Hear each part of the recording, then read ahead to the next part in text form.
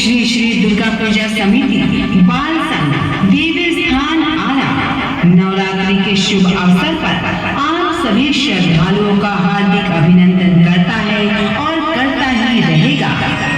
जय माता दी, जय माता दी। आप जो यह माँ की चलती फिरती प्रतिमा देख रहे हैं, इसके सेटिंग करता है चंदन जी और रवि जी, अरण्य देवी आरा।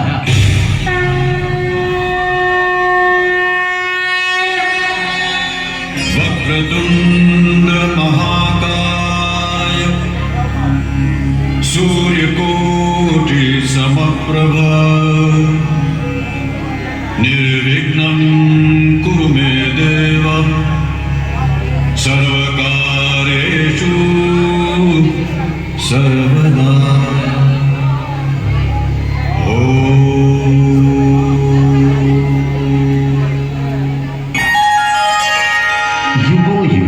अधर्म का नाश करने के लिए भगवान अलग अलग अवतार में पृथ्वी पर आए हैं। हमारे पुराणों में देवों का अलग अलग धाम है, जैसे विष्णु का वैकुंठ, शिव का कैलाश और ब्रह्मा का ब्रह्मलोक। पर एक देवी है हम सबके बीच, जो धरती पर ही रहती है, शेरा वाली मां। उन्होंने वचन दिया है कि प्रलय आने तक वो इसी धरती पर रहेगी। कलयुग में जब भी भक्तों को उनकी जरूरत पड़ेगी, वो उनकी मदद करेगी। जब जब भक्तों पर संकट आता है, वो माता रानी को बुलाते हैं। मां आती है और मां बचाती है। ये कहानी हरिद्वार नगरी की है। वहां की महारानी इंद्रायणी बहुत ही घमंडी और काली शक्तियों को मानने वाली स्त्री थी। वो अपने आप को पूरी पृथ्वी की देवी मानती थी और जो भी भक्त देवी मां की पूजा अर्चना करता था, उसे वो दंड देती थी। वो अपने आप को और भी शक्तिशाली और असुरी शक्ति प्राप्त करने हेतु असुरों के गुरु शुक्राचार्य को प्रसन्न करने के लिए उनके कठोर तप में लीन हो गई।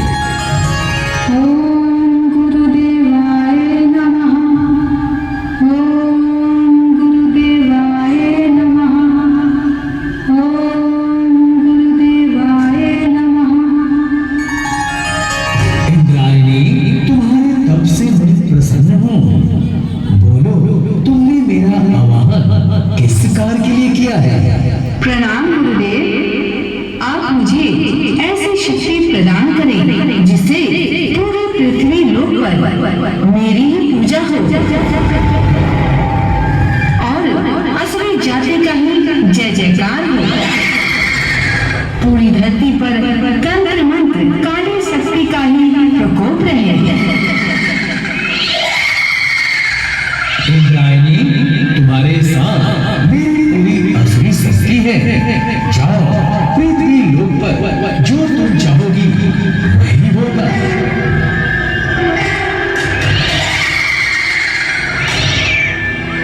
इंद्रायणी गुरुदेव से शक्ति पाकर और भी ज्यादा शक्तिशाली हो गई और उसने और अपने तंत्र मंत्र की विद्या से एक असुर को उत्पन्न करने के लिए आवाहन करने लगी।